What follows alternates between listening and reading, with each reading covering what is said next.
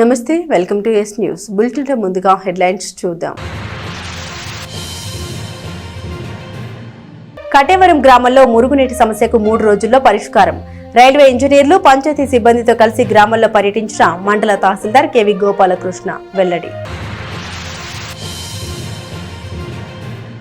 Dengue, typhoid, malaria వంటి వ్యాధుల్ని కలిగించే దోమలు ప్రజా ఆరోగ్యానికి ప్రథమ శత్రువులు. వీటిని వ్యాప్తిని అరికడుతూ వ్యాధులకు దూరంగా ఉండాలి. చేబ్రోలు మండల వైద్యాధికారి డాక్టర్ కొత్తపల్లి బాబురావు సూచన. చేబ్రోలు మండలం వేజన్లలో అవగాహన ర్యాలీ. స్థానిక సంస్థల రిజర్వేషన్లకు సంబంధించిన ప్రభుత్వం నియమించిన dedicated commission chairman Rajiv Ranjan Mishra BC కులాల జనగణను శాస్త్రీయంగా పారదర్శకంగా నిర్వహించాలి. డెడికేటెడ్ కమిషన్ కు వినతి పత్రం అందజేసిన ఆంధ్రప్రదేశ్ బీసీ సంక్షేమ సంఘం తెనాలి నియోజకవర్గ అధ్యక్షులు జొన్నాదుల వెంకటేశ్వరరావు వినతి. షాప్లో సేల్స్ గర్ల్ పై మేనేజర్ అత్యాచార యత్నం. 1 టౌన్ పోలీసులకు ఫిర్యాదు చేసిన యువతి విచారిస్తున్న 1 టౌన్ సీఐ. రూరల్ మండలం కటేవరం గ్రామంలో నెలకొన్న డ్రైనేజీ సమస్యకు 2-3 రోజుల్లోనే పరిష్కారం చూస్తామని మండల తహసీల్దార్ గ్రామ ప్రత్యేకాధికారి కెవి గోపాలకృష్ణ వెల్లడించారు. విజయవాడ చెన్నై రైలు మార్గంలో 3వ లైన్ నిర్మాణం కారణంగా తెనాలి సమీపంలోని కటేవరం వద్ద మురుగునీరు సరఫరాకు తీవ్ర అంతరాయం ఏర్పడింది. కొంతకాలంగా ఈ సమస్య కొనసాగుతూనే ఉంది. దీని పరిష్కారం కోసం మండల తహసీల్దార్ గ్రామ ప్రత్యేక అధికారి కెవి గోపాలకృష్ణ రైల్వే డిఆర్ఎం దృష్టికి తీసుకెళ్లారు. దీంతో రైల్వేకి సంబంధించినటువంటి సీనియర్ ఇంజనీర్, అసిస్టెంట్ ఇంజనీర్ మంగళవారం గ్రామానికి వచ్చారు. వారితో పాటుగా పంచాయతీ మాజీ సర్పంచ్ ప్రసాద్, పంచాయతీ సిబ్బంది, తహసీల్దార్ అంతా కలిసి గ్రామంలో తనిఖీ చేశారు. రైల్వే గేట్ పక్కనున్న ప్రజలు రాకపోకలకు అవకాశం కల్పిస్తామని తెలిపారు. గ్రామం నుండి డ్రైనేజీ మొత్తం అంగలకుదురు వద్దనున్న పెద్ద కాల్వలో కలవాల్సి ఉందని చెబుతూ ఈ 2-3 రోజుల్లోనే కటేవరంలో డ్రైనేజీ సమస్యకు పరిష్కారం చూస్తామని తెలిపారు. మీ అందరికీ తెలిసిన విషయమే, నేను తెనాలి తహసీల్దార్ని. కటేవరం గ్రామ పంచాయతీకి ప్రత్యేక అధికారిగా ఉన్నాను 2 నెలల నుంచి. మరి కటేవరంలో మేజర్ ప్రాబ్లం ఏంటంటే మాకు ఈ డ్రైనేజ్ వ్యవస్థ, శానిటేషన్ వ్యవస్థ పరిస్థితి. మరి మెయిన్ కెనాల్ ఏదైతే ఉందో టోటల్ ఊరు మొత్తాన్ని కవర్ చేస్తూ మరి ఉన్న కెనాల్ ఈ పక్కన మన రైల్వే వాళ్ళు 3వ లైన్ వేయడం ద్వారా గత సెప్టెంబర్ నుంచి ఒక చోట పర్టికులర్ ప్లేస్లో బ్లాక్ అయిపోయి మరి ఊరు మొత్తానికి డ్రైనేజ్ వ్యవస్థ స్తంభించిపోయిన పరిస్థితి ఉంది. దీని విషయంలో డిఆర్ఎం గారిని రిక్వెస్ట్ చేసాం. అందులో భాగంగానే ఈరోజు మరి సీనియర్ ఇంజనీర్ పర్మనెంట్ వే చూసే కిరణ్ గారు, అట్లాగే వెంకట సుబ్బయ్య గారు జూనియర్ అసిస్టెంట్ ఇంజనీర్, వారు కూడా వచ్చారు. మరి పంచాయతీ సిబ్బంది, అట్లాగే ఎక్స్ సర్పంచ్ గారు ప్రసాద్ గారు, మరి సిబ్బంది అందరితో కలిసి ఈరోజు ఎంటైర్ విలేజ్లో జాయింట్ ఇన్స్పెక్షన్ కండక్ట్ చేసాం. కండక్ట్ చేస్తే అర్థమైంది ఏంటంటే రైల్వే వాళ్ళు కూడా చాలా పాజిటివ్గా స్పందించారు. 2 ఇష్యూస్ ఉన్నాయి రైల్వేతో మనకి. ఒకటి, ఇటు పక్కన రైల్వే గేట్ పక్కన ఉన్న ప్రజలు ఎంగ్రెస్ వాళ్ళు బయటికి లోపలికి పోవడానికి చిన్న సమస్య ఉంది. దాన్ని వాళ్ళు చాలా పాజిటివ్గా అంగీకరించారు. వాళ్ళు రాకపోకలకి బడులు నడుపుకోకుండా వాళ్ళు నడవడానికి ఇబ్బంది లేదన్నారు. దానికి వారికి ధన్యవాదాలు. మరి ఈ విషయంలో డ్రైనేజ్ వ్యవస్థలో ఈ డ్రైనేజీ మొత్తం కలిసి మనకి అంగలకుదురు దగ్గర ఉన్న పెద్ద కాలంలో కలవాలి. మరి ఈరోజే మా టీంతో వారు ప్రాథమికంగా అంగీకరించారు. ఒక చోట వైరింగ్ వ్యవహారం ఉంది, అక్కడ దాకా అయితే ఈరోజు తీసేస్తాం డ్రైనేజ్ కెనాల్ని. మరి వారి టెక్నికల్ టీం కూడా ఉన్న తర్వాత ఈ 2-3 రోజుల్లోనే కటేవరంలో ఈ డ్రైనేజ్ వ్యవస్థకి శాశ్వత పరిష్కారం చూపిస్తాం. ఇందులో సహకరిస్తున్న మరి పంచాయతీ సిబ్బందికి, అట్లాగే మన ఎక్స్ సర్పంచ్ ప్రసాద్ గారికి, మరి రైల్వే సిబ్బందికి కూడా నా హృదయపూర్వక నమస్కారాలు.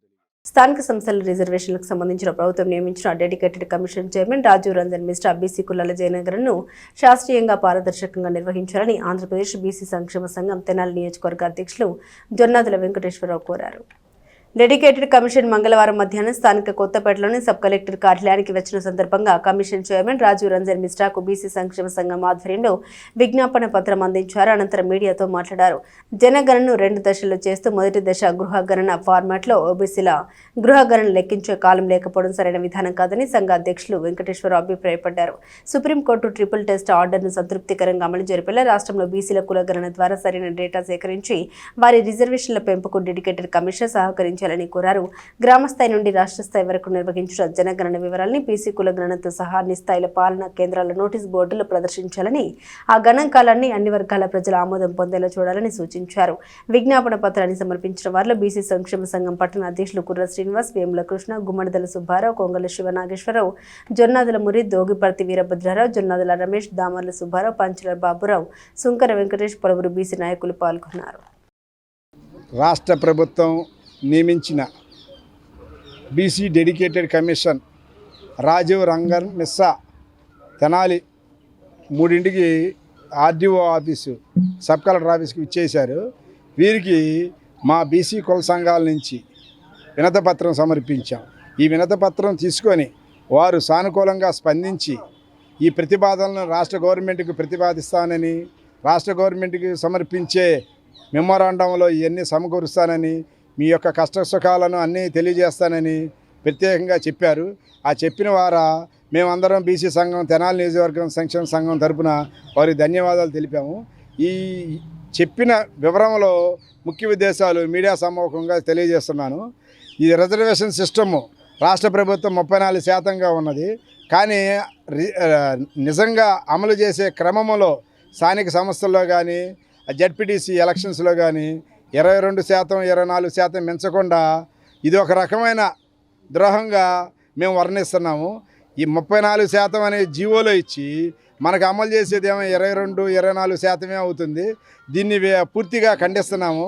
ఈ 34% నిజంగా అమలు చేయాలని, అదేవిధంగా ఇప్పుడు 52% జనాభా ఉన్న బీసీల గణాంకాల ప్రకారం ఉండటం మూలంగా 52%లో అమలు చేయాలని పోరాడుతున్నాము.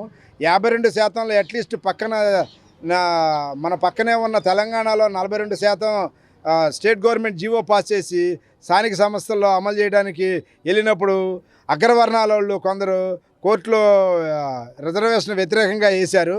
కానీ అమలు జరగలేదు. అట్లా జరగకుండా బీసీ కమిషన్ మీద రాష్ట్ర ప్రభుత్వం నియమించడం జరిగింది.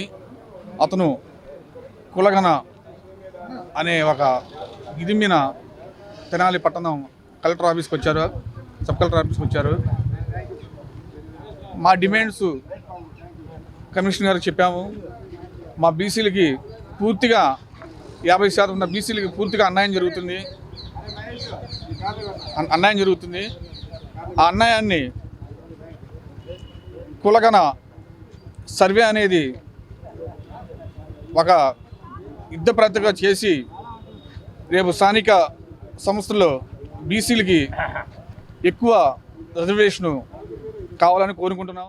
తెనాలి టౌన్కి వచ్చేటప్పటికి మన బీసీ రిజర్వేషన్కి సంబంధించి మన బీసీ పరిశీలకులు మిశ్రా గారు రావడం జరిగింది ఆర్డీఓ ఆఫీస్కి. దాంట్లో భాగంగా నేను కూడా ఒక లెటర్ ఇవ్వడం జరిగింది. ఏంటంటే మరి బీసీలు రాష్ట్రంలో అత్యధిక జనాభా ఉన్న 56% ఉన్న బీసీలు ఈరోజు చాలా దీనస్థితిలో ఉన్నారు రాష్ట్రంలో. మరి ఈ పరిస్థితి మారాలన్నప్పుడు ఎంతసేపటికి విద్యలోనో లేకపోతే మన ఉద్యోగాల్లోనే కాకుండా స్థానిక సంస్థల్లో కూడా మరి ఆ ప్రాధాన్యత ఇస్తేనే మరి బీసీ సంఘాలు బాగుపడతాయని చెప్పి నా మనవి. మరి అట్లానే ఈ రోజున రాష్ట్రంలో చూసుకుంటే 56% ఉన్న జనాభాకి మరి ఇవాళ 27%, 23% ఉన్న రిజర్వేషన్లు ఇస్తున్నారు. అది ఎంతమాత్రం సమంజసం కాదు. మరి ఆల్రెడీ 1982లో మరి మురళీధరరావు కమిటీ మరి 82% ఇవ్వమని చెప్పి 85లో మన ఆల్రెడీ కమిటీ సిఫారసు చేసింది. ఆల్రెడీ 85లో ఉన్న ఆ రోజు ముఖ్యమంత్రి ఎన్టీ రామారావు గారు దాన్ని మంత్రివర్గ తీర్మానం కూడా చేసి యోగ భారతీయ సంస్కృతి సాంప్రదాయంలో ఒకటని పెనుగొండ క్షేత్ర పీఠాధిపతి శ్రీ ప్రజ్ఞానంద సరస్వతి బాలస్వామిజీ అన్నారు. ఈ నెల 21వ తేదీన జరగనున్న యోగ దినోత్సవంలో అందరూ పాల్గొనాలని కోరారు. స్థానిక గంగానమ్మపేటలోని శ్రీ విద్యాపీఠంలో సాలిగ్రామ మఠం ఆధ్వర్యంలో పెనుగొండ క్షేత్ర పీఠాధిపతి శ్రీ ప్రజ్ఞానంద సరస్వతి బాలస్వామిజీ పర్యవేక్షణలో ఆధ్యాత్మిక కార్యక్రమం నిర్వహించారు. అధిక జ్యేష్ఠ మాసం సందర్భంగా మంగళవారం నిజ జ్యేష్ఠ మాసం ప్రారంభం రోజున జరిగిన ఈ కార్యక్రమంలో వైకుంఠపురంలోని శ్రీ లక్ష్మీ పద్మావతి సమేత శ్రీ వెంకటేశ్వర స్వామి దేవస్థానం సహాయక కమిషనర్ కార్యనిర్వహణాధికారి అనుపతమ శ్రీ విద్యాపీఠానికి వచ్చారు. 21వ తేదీన అంతర్జాతీయ యోగ దినోత్సవం సందర్భంగా ఆలయంలో జరగనున్న కార్యక్రమానికి స్వామివారిని ఆహ్వానించారు. బాలస్వామిజీ ఈ సందర్భంగా యోగ విశిష్టతను తెలియజేశారు.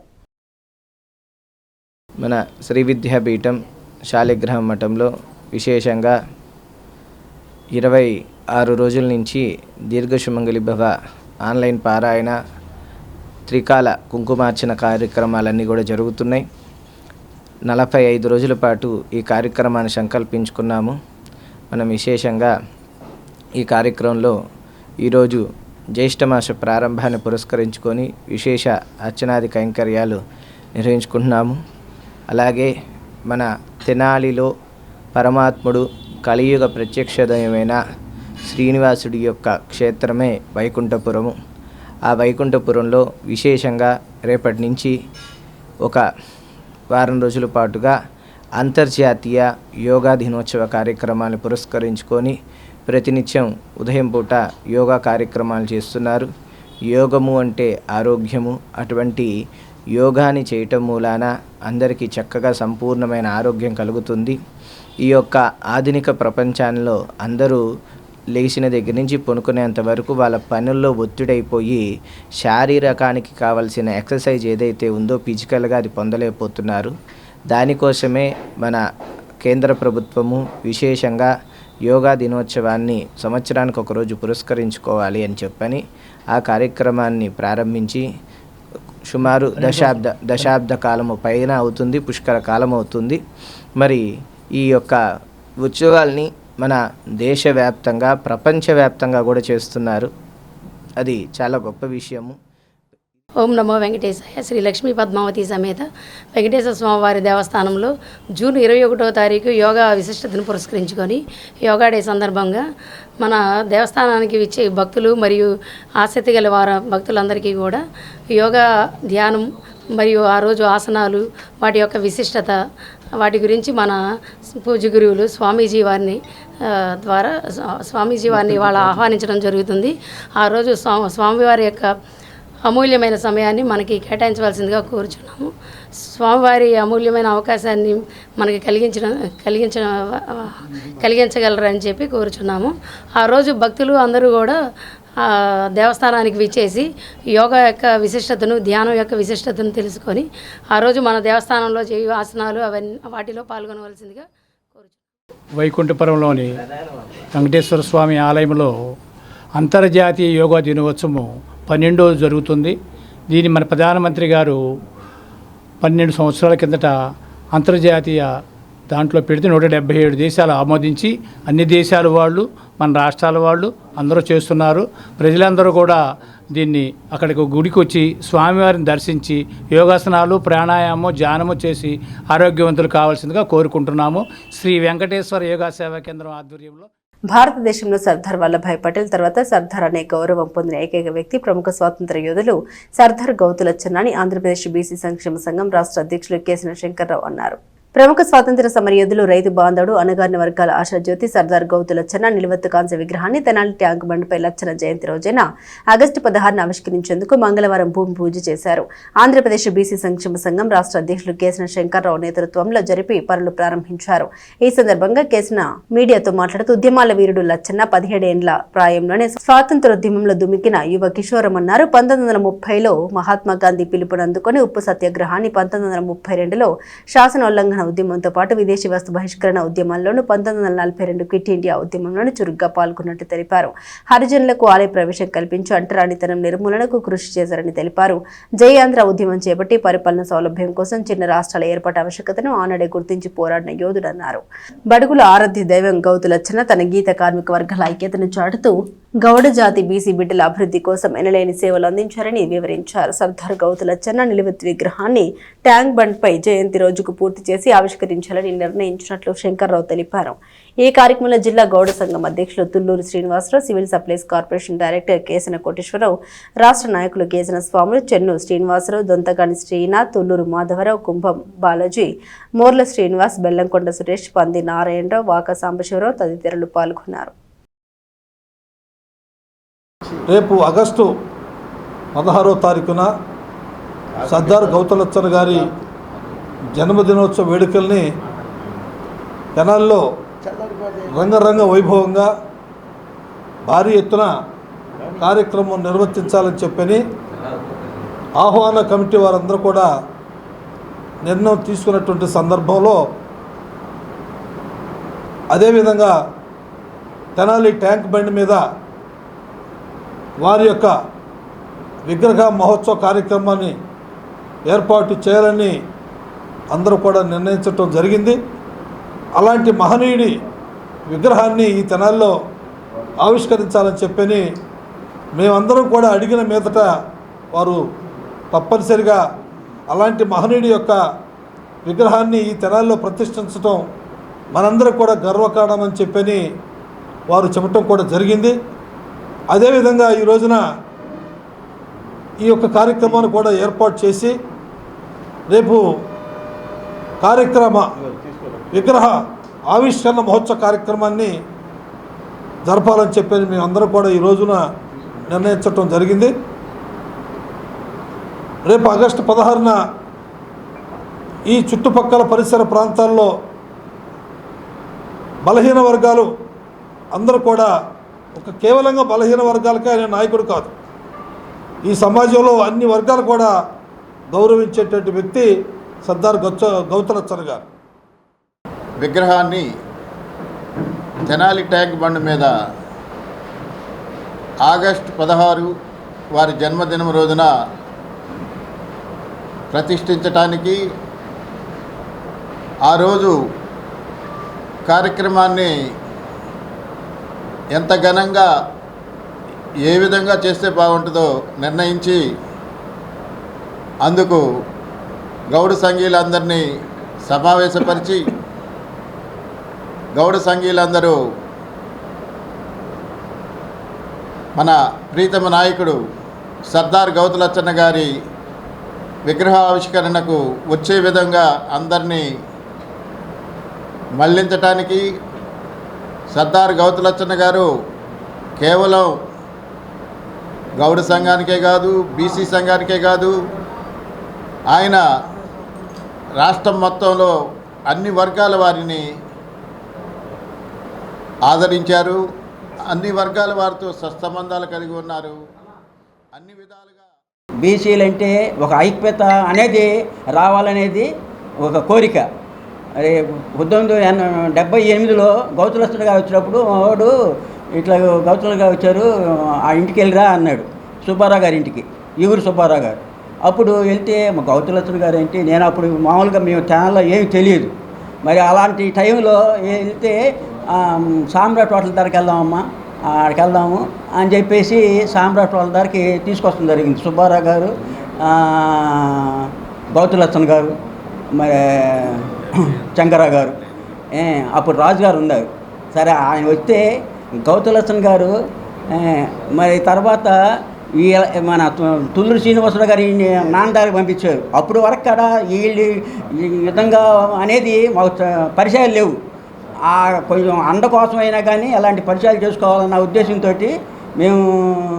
నేను కూడా మొట్టమొదటి ఆల్రెడీ ఆయన లైన్లో కులాలకు అతీతంగా ఆయన మీద గౌరవం ఉన్నటువంటి వ్యక్తుల్లో గౌతులచ్చన్న గారు కూడా ఒకళ్ళు.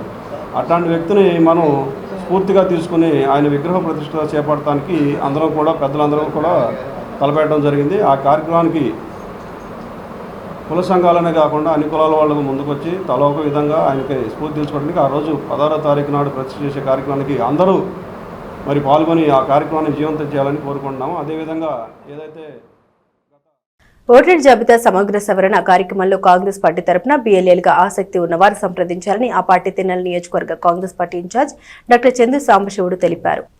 స్థానిక మారీసుపేటలోని కాంగ్రెస్ పార్టీ కార్యాలయంలో మంగళవారం సాయంత్రం విలేకరుల సమావేశంలో తెనాలి నియోజకవర్గ Congress party in charge doctor Chandu Sambasivudu మాట్లాడారు. ఓటర్ జాబితా సమగ్ర సవరణ కార్యక్రమం రాష్ట్ర వ్యాప్తంగా జరుగుతుందని గుర్తు చేశారు. అందులో భాగంగా తెనాలిలో ప్రతి వార్డులోనూ ఓటర్ వెరిఫికేషన్ జరుగుతుందని తెలిపారు. కాంగ్రెస్ పార్టీ తరపున ఎవరైనా బీఎల్ఏగా నమోదు చేసుకోవాలనుకుంటే అనుమతిస్తామని తెలిపారు. ఈ కార్యక్రమంలో తెనాలి టౌన్ ప్రెసిడెంట్ పొన్నూరు నాగసూర్య శశిధర్, తెనాలి మండల ప్రెసిడెంట్ పినపాటి స్టీవెన్ బాబు, పెనుగొండ శివకుమార్, భీమా రమేష్, కడదం కోటేశ్వరరావు, వేజండ్ల శంకర్రావు, బి శ్రీను, ఎన్ మల్లికార్జునరావు తదితరులు పాల్గొన్నారు. నిన్న ఆదివారం నుంచి సోమవారం నుంచి దగ్గర 14 నుంచి అఫీషియల్గా మొదలవుతుంది. వర్క్ జరిగేది 15 జూను 15 దగ్గర నుంచి ఒక 14 జూలై దాకా, అంటే కుడియడంగా ఒక నెల దాకా ఎలక్షన్ ఓటర్స్ లిస్టులన్నీ కూడా రివిజన్ చేయబడుతున్నాయి. దీన్ని ఇంతకు ముందులాగా ఎప్పుడు ప్రతి సంవత్సరం కొంత గొప్ప రివిజన్ జరుగుతూ ఉంటుంది. చనిపోయిన వాళ్ళ ఓట్లు తీసేయటము, కొత్తగా 18 సంవత్సరాలు జూలై 1కి 18 సంవత్సరాలు నిండిన వాళ్ళ ఓట్లు పెడతాం ఎప్పుడు జరుగుతూ ఉంటుంది. కానీ ఈసారి ఎలక్షన్ కమిషన్ ఆఫ్ ఇండియా భారతదేశం మొత్తం మీద కూడా కొన్ని పేజీల ప్రకారంగా కొన్ని రాష్ట్రాల్లో ఒకసారి చొప్పున special intensive revision of the photo electoral rolls అంటే ఏంటంటే ఎస్ఐఆర్ అంటున్నారు. దీనివల్ల మిగతా రాష్ట్రాలు ఇంతకుముందు జరిగినటువంటి రాష్ట్రాలు బీహార్లో జరగనివ్వండి, బెంగాల్లో జరగనివ్వండి, ఇలా కొన్ని రాష్ట్రాల్లో జరిగి, కేరళలో కొన్ని రాష్ట్రాలు జరిగి కొన్ని ఏరియాల్లో అసలు రిజల్ట్సే తారుమారైపోయినాయి. మరీ ముఖ్యంగా పశ్చిమ బెంగాల్ మాజీ ముఖ్యమంత్రి మమతా బెనర్జీ చాలా గందరగోళం చేసి సుప్రీంకోర్టు దాకా వాదన చేస్తే ఆ రాష్ట్రంలో 74 లక్షల ఓటర్లు తీసేస్తే 30 లక్షలతో అధికారం మొత్తం పోయింది. ఇక్కడ ఒక్కటి చెబుతున్నా, అదంతే పశ్చిమ బెంగాల్ అయినా దాని ఊరినే మీకు ఉదాహరణ కోసం చెబుతున్నాను. రేపు ఇప్పుడు అనుకోవచ్చు మీరు కాంగ్రెస్ పార్టీ ఏమీ లేదు కదా, ఎట్లా ఎందుకు ఎంత కష్టపడతాం అనుకోవచ్చు. రేపు 29 వచ్చేసరికి ఏ పరిస్థితులు ఎట్టా ఉంటాయో ఎవరో చెప్పలేము. ఒకటి గుర్తుపెట్టుకోండి, ఇప్పుడు ఆల్రెడీ తృణమూల్ కాంగ్రెస్, శరద్ పవార్ ఎన్సీపీ ఈ రెండు కాంగ్రెస్ పార్టీలో చేరబోతనేటువంటి వార్తలు వస్తున్నాయి. ఒక్కసారి కనుక కాంగ్రెస్ పార్టీ నుంచి విడిపోయిన వాళ్ళు కనుక మిగతా దేశం మొత్తం మీద కనుక చేరటం మొదలెస్తే మన ఆంధ్రాలో కూడా కాంగ్రెస్ పార్టీ నుంచి పోయిన చాలామంది నాయకులు వస్తారు. కొంతమంది మిగిలిన లెక్కలేదు కాదు, తిరిగి కూటమికి బీజేపీ కూటమికి ఎదురుగా నిలబడేది కాంగ్రెస్ పార్టీ అవ్వబోతుంది. అందుకని నేను కూడా కొంత శ్రమ తీసుకుని మీకు రిక్వెస్ట్ చేస్తున్నాను. కాంగ్రెస్ పార్టీ ఇప్పుడు కాంగ్రెస్ పార్టీలు ఉండాలనే కాదు, వెనకడి నుంచి కాంగ్రెస్ పార్టీ సానుభూతి పరులు కానీ కాంగ్రెస్ పార్టీ నాయకులు కానీ వర్కర్లను గుర్తుపెట్టుకోవాల్సింది ఏంటంటే, ఈ స్పెషల్ ఇంటెన్సివ్ రూల్ రివిజన్లో వాళ్ళు మొత్తం మార్పేస్తున్నారు, కొత్తగా లిస్టు తయారు చేస్తున్నారు. ఇందులో అసలు ట్రెడిషనల్గా కాంగ్రెస్ పార్టీ ఓటర్లందరికీ కూడా కొంచెం ముప్పు వస్తుంది, గుర్తుపెట్టుకోండి. ఏదో ఒక వంక చూసి నీ కొడుకు ఎక్కడ చదువుకుంటున్నాడు, గుంటూరులో ఉన్నాడు, లేకపోతే ఇంకో హైదరాబాద్ ఉండాలని కానీ, లేకపోతే మీకు ఇంకా 20 ఏళ్ళు నిండలేదు, 18 ఏళ్ళు నిండలేదని కానీ, ఇలాంటి చిన్న చిన్న సాకులు చూపించి, లేకపోతే నీ కూతురు పెళ్ళి అయిందనో, లేకపోతే వీళ్ళు అక్కడ ఏదో గల్ఫ్ కంట్రీస్లో ఉంటున్నారని, ముఖ్యంగా వెనక నుంచి ఉన్న కాంగ్రెస్ పార్టీ ఓటు బ్యాంక్ అయినటువంటి దళిత, బడుగు, బలహీన మైనార్టీ వర్గాలకి కొంచెం ఎసరు చూపించారు ఇంతకుముందు జరిగినటువంటి రాష్ట్రాల్లో. అందుకని మీరు కొంచెం జాగ్రత్తగా ఉండి ఆ బిఎల్ అంటే బూత్ లెవెల్ ఆఫీసర్ అంటారు, గవర్నమెంట్ ఉద్యోగస్తులు చిన్న కాంగ్రెస్ పార్టీ అధ్యక్షుడిగా నా నమస్కారాలు తెలియజేస్తున్నాను. మరి ఇప్పుడు కొత్త ఓట్లు చేర్చుకోవడానికి కానీ మన ఓట్లు ఉన్నాయి లేవు అనేది వెరిఫై చేసుకోవడానికి ఇదే అవకాశం. కాబట్టి బిఎల్ఏలు అందరూ కూడా బిఎల్ఓ ఎమ్మటే మనం ఆ ఏజెంట్లను పెట్టి వాళ్ళు వెరిఫై చేయాలి. ఇప్పుడు ఈ ప్రతి పార్టీకి అవకాశం ఉంది, బిఎల్ఏని పెట్టుకునే అవకాశం ఉంది. అటు జనసేన పెట్టుకోవచ్చు, టీడీపీ పెట్టుకోవచ్చు, అందరూ పెట్టుకోవచ్చు. మాకు కాంగ్రెస్ పార్టీ తరఫున కూడా మేము నియమించదలుచుకున్నాం. కాబట్టి కాంగ్రెస్ పార్టీ అభిమానులు కానీ, డాక్టర్ గారి అభిమానులు కానీ ఎవరైనా బిఎల్ఓగా చేయదలుచుకున్న ఇంట్రెస్ట్ ఉన్న వాళ్ళు మాకు డాక్టర్ గారితో కలిస్తే మీకు ఫామ్ ఇస్తారు. మీరు కూడా వాళ్ళ అమ్మటే తిరిగి ఓటర్లందరినీ చేర్పించి కరెక్ట్గా జరుగుతున్నాయా లేవా అనేది వెరిఫై చేసుకుంటే మనకు రాబో రోజుల్లో కాంగ్రెస్ పార్టీ వచ్చేందుకు సూచనలు ఉన్నాయి. ఎందుకంటే ఇవాళ నరేంద్ర మోడీ గారు చేసే కార్యక్రమాలు కానివ్వండి, అవి కానివ్వండి, ఆయన చేసిన చాలా సంవత్సరాలు చేశాడు. కాబట్టి రాబో రోజుల్లో ప్రభుత్వం మారుతుందనే ఆలోచన. కాబట్టి ఈ అవకాశాన్ని డాక్టర్ గారు సద్వినియోగపరచుకోమని చెప్తున్నారు. కాబట్టి ఎవరైనా వ్యవసాయానికి ప్రధాన ఆధారమైన భూమిని సంరక్షించడం ప్రతి రైతు బాధ్యతగా ఆత్మ ప్రాజెక్టు డైరెక్టర్ జి వెంకటేశ్వరరావు తెలిపారు. అధిక మోతాదులో రసాయన ఎరువుల్ని వినియోగిస్తే నేలలో పోషకాల సమతుల్యత తగ్గే అవకాశం ఉందని, నేల పరీక్షల ఆధారంగా అవసరమైన ఎరువుల్ని వాడుకోవాలని సూచించారు. రూరల్ మండలం గ్రామం కొలకలూరులోని రైతు సేవా కేంద్రంలో మంగళవారం వ్యవసాయ శాఖ ఆధ్వర్యంలో భూమి ఆరోగ్యం సమతుల్య ఎరువుల వినియోగంపై రైతులకు అవగాహన ఖేత్ బచావో అభియాన్ కార్యక్రమం నిర్వహించారు. ఆత్మ ప్రాజెక్టు డైరెక్టర్ జి వెంకటేశ్వరరావు మాట్లాడారు. వ్యవసాయ భూముల సంరక్షణ, నేల ఆరోగ్య పరిరక్షణ, రైతుల స్థిరమైన వ్యవసాయ పద్ధతులపై అవగాహన కల్పించే ఉద్దేశంతో ఈ కార్యక్రమాన్ని ఏర్పాటు చేసినట్టు తెలిపారు. ఆత్మ ప్రాజెక్టు డిప్యూటీ డైరెక్టర్ తోటకూర శ్రీనివాసరావు మాట్లాడారు. భూమిలో సేంద్రియ పదార్థాల పెంపు, జీవ ఎరువుల వినియోగం, పంట మార్పిడి పద్ధతులు, సమగ్ర పోషక యాజమాన్య పద్ధతులు పాటించడం ద్వారా భూమి సారవంతతను దీర్ఘకాలం కాపాడుకోవచ్చని వివరించారు.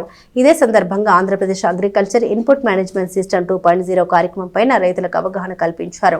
మండల వ్యవసాయ అధికారి కె సుధీర్ బాబు ఈ వ్యవస్థ ప్రాముఖ్యతను తెలిపారు. ఎరువుల సరఫరా, నిల్వలు, రైతులకు పంపిణీ వివరాల్ని డిజిటల్ విధానంలో నమోదు చేయడం ద్వారా పారదర్శకత పెరుగుతుందని తెలిపారు. ఏపీ ఎయిమ్స్ 2.0 ద్వారా డీలర్ల వద్ద ఉన్న ఎరువుల స్టాక్ వివరాల పర్యవేక్షణ, రైతులకు పంపిణీ చేసిన ఎరువుల వివరాల నమోదుతో ఎరువులు పక్కదారి పట్టకుండా నియంత్రణతో పాటు రైతులకు అవసరమైన సమయంలో ఎరువులు అందుబాటులో ఉండేలా చర్యలు తీసుకోవచ్చని వివరించారు. ఈ కార్యక్రమంలో వ్యవసాయ విస్తరణ అధికారి పి మురళి, వ్యవసాయ సహాయకులు వై నాగరాజు, హోగ్లా, శుభోదయ, కె శ్రీనివాస్, కొలకలూరు గ్రామ రైతులు పాల్గొన్నారు. ఆర్గానిక్ కార్బన్, pH ఉదజన సూచిక. ఆర్గానిక్ కార్బన్ అంటే సేంద్రియ పదార్థం ఎంత ఉందనేది, నత్రజని, భాస్వరము, potash, calcium, magnesium, chlorine, zinc, manganese, molybdenum, ఇవన్నీ కూడా మొక్కలకి 16 రకాల మొత్తం పోషకాలు అవసరం. ఇందాక మా శ్రీనివాసరావు గారు చెప్పినట్టు నత్రజని, భాస్వరం, పొటాష్ మీద మాత్రమే మన రైతాంగం కాన్సన్ట్రేషన్ చేస్తుంది, కానీ సూక్ష్మ పోషకాల మీద చేయట్లేదు. అయినప్పటికీ కూడా రాష్ట్ర ప్రభుత్వం కానీ, సెంట్రల్ గవర్నమెంట్ కానీ, కేంద్ర ప్రభుత్వం వాళ్ళు కూడా కొన్ని జింక్ సల్ఫేట్ ఇవన్నీ కూడా మీకు అందరికి కూడా ఇదివరకు సబ్సిడీలు ఇచ్చి ఇప్పుడు కూడా ఇస్తున్నారు, రాబోయే కాలంలో కూడా ఇస్తున్నారు. అవి 50% సబ్సిడీ మీద ఇస్తారు. ముఖ్యంగా కూడా జింకు లోపించడం వల్ల ఏమవుతుందంటే, మీరు అందరూ కూడా మన రైతాంగం అందరూ కూడా జింకు లోపించినప్పుడు పసుపచ్చగా మారగానే అందరూ దాన్ని ఏదో తెల్లగా పోయిందన్నట్టు పసుపచ్చగా మారిపోగానే పోయి మనం ఎక్కువ యూరియా మీద కాన్సన్ట్రేషన్ చేస్తాం. కానీ అక్కడ మనం సవరించాల్సింది ఏంటి, జింకు లోపించినప్పుడు ఏమవుతుందంటే ముఖ్యంగా కూడా మొక్కంతా కూడా గిటక బారిపోయి దానిలో మొక్క పెరగకుండా ఉంటుంది. అక్కడ మనం చేయాల్సింది ఏంటి, జింక్ సల్ఫేట్. లేకపోతే జింకుని ముడి జింకుని ఒక కేజీని తీసుకొని మనం పిచికారీ చేసుకొని నానబెట్టి ఒక నైట్ అంతా 24 గంటలు నానబెట్టి పిచికారీ చేయొచ్చు మొక్కల మీద. లేదంటే భూమిలో కూడా ఒక 20 కేజీలు, ఎకరాకి 20 కేజీలు మనం వేసుకున్నట్లయితే అది 3 సంవత్సరాల దాకా పనిచేస్తుంది ఆ జింకు. కాబట్టి ఇక్కడ ఇందాక చెప్పారు చూసారా, మెయిన్గా మనకి మొక్కకి అందకుండా రూపంలో ఎందుకు పోతుంది, మనకి ఉదజన సూచిక చూస్తామంటే ముందు అది 0 నుంచి అంటే 0 నుంచి 14 ఉంటుంది. అంటే 0 నుంచి 7 దాకా ఉండేదాన్ని ఏమన్నా ఒక పద్ధతి అంటారు, 7 నుంచి 14 దాకా ఉండేది ఒక 2 రకాలుగా మనం విభజించుకున్నట్టయితే 7 అనేది తటస్థించుకోండి. ఏ మూలకం వేసినా కూడా, ఈ ఎరువులు ఏ వేసినా కూడా మనకి భూమి ఆరోగ్యంగా ఉందంటే 7 అనేది ముఖ్యమైనది. అచ్చం రసాయనిక ఎరువులు వేసినప్పటికీ కూడా మనకి సరైన ఫలితం ఉండదు. అందువల్ల ఈ సేంద్రియ పదార్థం ఎప్పుడూ కూడా మన పంట పొలాల్లో ఉండేలాగా చూసుకోవాలి. అలా చేయాలి అంటే మనం ఏం చేయాలి, మరి పూర్వం ఏంటి, మరి ఇంతకుముందు అంటే పశువుల ఎరువులు ఉన్నాయి, పశు సంపద ఉంది, పశువులు పెండ ఎరువు తోడేవాళ్ళం, మనం అంతా తోలేసేసి చేసేవాళ్ళం. ఇప్పుడు అలాంటి పరిస్థితి లేనప్పుడు మనం సాగు చేసేటప్పుడు ఖచ్చితంగా పచ్చిరొట్ట పైర్లు సాగు చేయమని చెప్తా ఉన్నాం. పచ్చిరొట్ట పైర్లు అంటే ఏమేంటి, మనం జనుము, జీలుగా, పిల్లి పెసర వీటన్నిటినీ కూడా మనం సాగు చేసి ఆ తర్వాత వాటిని పూత దశలో 35-40 రోజుల్లో కానీ భూమిలో కలిగి ఉన్నట్లయితే మనకి పంటకి మంచిగా, మన భూమికి చాలా సేంద్రియ పదార్థం అందుతుంది, తర్వాత మనకు బాగుంటుంది. ముస్లిం వెల్ఫేర్ హెల్త్ సొసైటీ రాష్ట్ర కోఆర్డినేటర్ గా తెనాలికి చెందిన సయ్యద్ అబ్దుల్లా నియమితులయ్యారు. తెనాలిలో మంగళవారం ఏర్పాటు చేసిన విలేకరుల సమావేశంలో సయ్యద్ అబ్దుల్ మాట్లాడారు. గుంటూరు ఎమ్మెల్యే మహమ్మద్ నజీర్ అహ్మద్ హజ్ యాత్ర పూర్తి చేసుకుని తిరిగి వచ్చారు. ఈ సందర్భంగా state Muslim welfare help society president MS Babu సమక్షంలో కలిసి ఎమ్మెల్యే నజీర్ అహ్మద్ ను షాల్వాతో సత్కరించారు. అనంతరం ఎమ్మెల్యే చేతుల మీదుగా ముస్లిం వెల్ఫేర్ హెల్ప్ సొసైటీ రాష్ట్ర కోఆర్డినేటర్ గా తనకు నియామక పత్రం అందజేసినట్టు తెలిపారు. ఈ కార్యక్రమంలో షేక్ షరీఫుద్దీన్, షేక్ రసూల్, తిరువేదుల సాంబశివరావు, షేక్ అబ్దుల్ రజాక్ తదితరులు పాల్గొన్నారు. అందరికీ నమస్కారం అండి. నా పేరు సయ్యద్ అబ్దుల్లా, నా తెనాలి పట్టణము. నాకు ముస్లిం వెల్ఫేర్ హెల్ప్ సొసైటీ స్వచ్ఛంద సేవా సంస్థ కమిటీలో నాకు రాష్ట్ర కోఆర్డినేటర్గా బాధ్యతలు అప్పగించారు. దీనికి మన గుంటూరు తూర్పు శాసనసభ్యులు నజీర్ అహ్మద్ మరియు Andhra Pradesh welfare assembly committee chairman Nazeer Ahmed గారి చేతుల మీదుగా ఈరోజు తీసుకోవటం జరిగింది. అతి త్వరలో జిల్లా కమిటీ మరియు నియోజకవర్గ కమిటీ మరియు పట్టణ కమిటీలు మరియు మండల కమిటీలు వేసుకొని అందరినీ కలుపుకొని ఒక్క ముస్లిమ్స్కే కాదండి ఈ కమిటీ, అన్ని కులాల వారికి కూడా వారికి కావాల్సిన పేదవారికి కావాల్సిన సహాయ సహకారాలు అందించడానికి నా వంతు నేను కృషి చేస్తానని చెప్పి తెలియజేస్తున్నాను. డెంగ్యూ, టైఫాయిడ్, మలేరియా వంటి వ్యాధుల్ని కలిగించే దోమలు ప్రజారోగ్యానికి ప్రథమ శత్రువులని చేబ్రోలు మండల వైద్యాధికారి డాక్టర్ కొత్తపల్లి బాబురావు అన్నారు. మలేరియా మాసోత్సవాలు భాగంగా జిల్లా మలేరియా అధికారి తలాట మురళీకృష్ణ సుబ్బరాయణం ఆదేశాల మేరకు చేబ్రోలు మండలం వేజండ్ల గ్రామంలో ఆరోగ్య కేంద్రం ఆధ్వర్యంలో మంగళవారం అవగాహన ర్యాలీ నిర్వహించారు. వైద్య సిబ్బంది, ఏఎన్ఎంలు, ఆశా వర్కర్లు, జిల్లా పరిషత్ ఉన్నత పాఠశాల విద్యార్థులు పలువురు ర్యాలీలో పాల్గొన్నారు. స్థానిక ప్రజలకు మలేరియా వ్యాధి లక్షణాలు, మలేరియా వ్యాప్తి చెందడానికి గల కారణాలు, దోమలు పెరగకుండా తీసుకోవాల్సిన జాగ్రత్తల్ని ప్రజలకు వివరించారు. Tenali malaria sub unit officer Ande Balachandra Mouli మాట్లాడారు. నీటి నిల్వలే దోమల పెరుగుదలకు ప్రధాన ఆవాసాలని తెలిపారు. ప్రజలు నీటి నిల్వ లేకుండా చూసుకోవాలని తెలిపారు. వేజెండ్ల ప్రాథమిక ఆరోగ్య కేంద్రం వైద్యాధికారి డాక్టర్ కొత్తపల్లి బాబురావు మాట్లాడారు.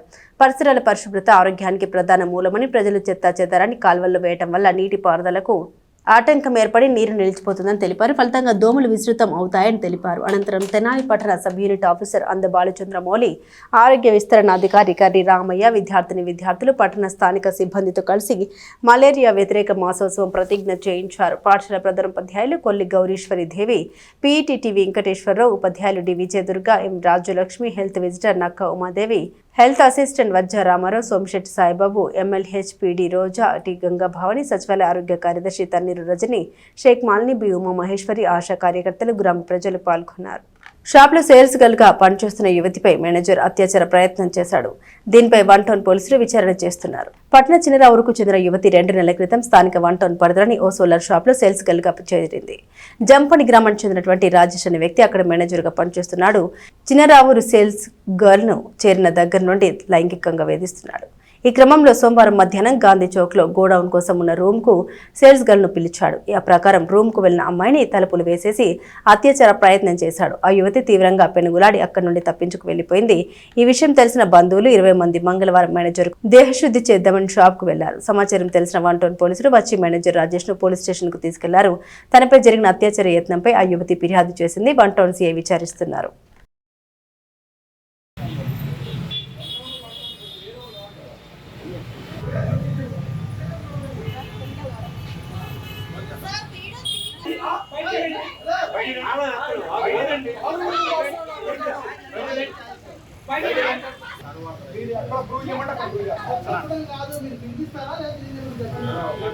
నుంచి బతుకులాడుతుంటే లేదు. ఇప్పుడు చంద్రబాబు 10 నిమిషాలు వస్తాడు, ఇంతరాడు నేను చూస్తా. 10 నిమిషాలు వస్తాడు చూడు. ఆ రోడ్డు కూడా బ్లాక్ చేసి మారితే ఎంత 10 నిమిషాలు వస్తాడు ఇంతరాడు అలా తప్పుకోను.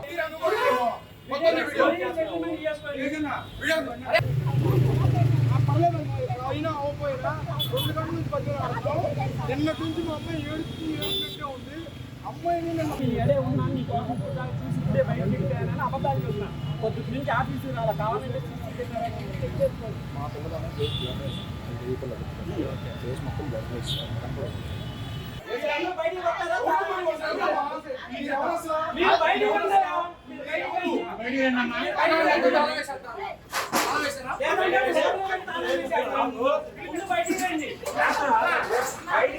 బులెటిన్ ముగించే ముందు హెడ్లైన్స్ మరోసారి. కటేవరం గ్రామంలో మురుగునీటి సమస్యకు 3 రోజుల్లో పరిష్కారం. రైల్వే ఇంజనీర్లు, పంచాయతీ సిబ్బందితో కలిసి గ్రామంలో పర్యటించిన మండల తహసీల్దార్ కెవి గోపాలకృష్ణ వెల్లడి. డెంగ్యూ, టైఫాయిడ్, మలేరియా వంటి వ్యాధుల్ని కలిగించే దోమలు ప్రజా ఆరోగ్యానికి ప్రథమ శత్రువులు. వీటిని వ్యాప్తిని అరికడుతూ వ్యాధులకు దూరంగా ఉండాలి. చేబ్రోలు మండల వైద్యాధికారి డాక్టర్ కొత్తపల్లి బాబురావు సూచన. చేబ్రోలు మండలం వేజెండ్లలో అవగాహన ర్యాలీ. స్థానిక సంస్థల రిజర్వేషన్లకు సంబంధించిన ప్రభుత్వం నియమించిన dedicated commission chairman Rajiv Ranjan Mishra BC కులాల జనగణన శాస్త్రీయంగా పారదర్శకంగా నిర్వహించాలి. డెడికేటెడ్ కమిషన్ కు వినతి పత్రం అందజేసిన ఆంధ్రప్రదేశ్ బీసీ సంక్షేమ సంఘం తెనాలి నియోజకవర్గ అధ్యక్షులు జొన్నాదుల వెంకటేశ్వరరావు వినతి. షాప్లో సేల్స్ గర్ల్ పై మేనేజర్ అత్యాచార యత్నం. వన్ టౌన్ పోలీసులకు ఫిర్యాదు చేసిన యువతి విచారిస్తున్న వన్ టౌన్ సిఐ. ఇవి బులెటిన్లోని విశేషాలు. తిరిగి మరో బులెటిన్తో మళ్ళీ కలుద్దాం.